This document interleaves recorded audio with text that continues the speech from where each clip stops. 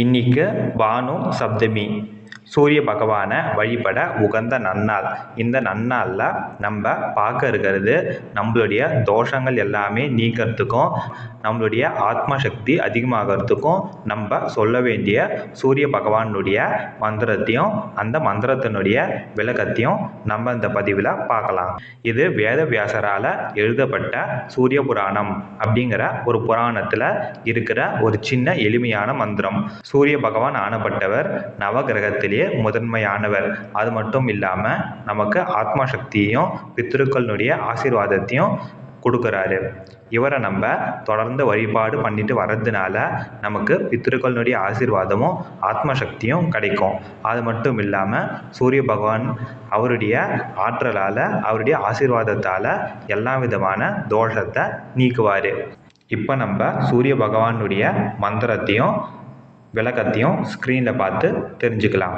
மந்திரம்: தீர்த்தானாம் பரமம் தீர்த்தம் மங்களானாம் ச மங்களம் பவித்ரானாம் பவித்ரம் ச பிரபத்யேகம் திவாகரம். திருப்பியும் ஒரு வாட்டி சொல்கிறேன். தீர்த்தானாம் பரமம் தீர்த்தம் மங்களானாம் ச மங்களம் பவித்ரானாம் பவித்ரம் ச பிரபத்யேகம் திவாகரம்.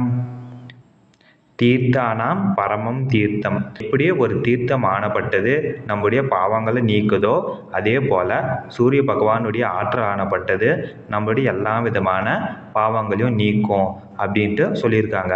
மங்களானாம்ச மங்களம், எல்லா மங்களங்களையும் தருபவர் அப்படின்ட்டு. பவித்ரானா பவித்ரம் ச, எல்லாம் தூய்மையான விஷயத்துக்கு எல்லாமே முன்னோடியாக தலைமையாக விளங்குபவர் சூரிய பகவான்.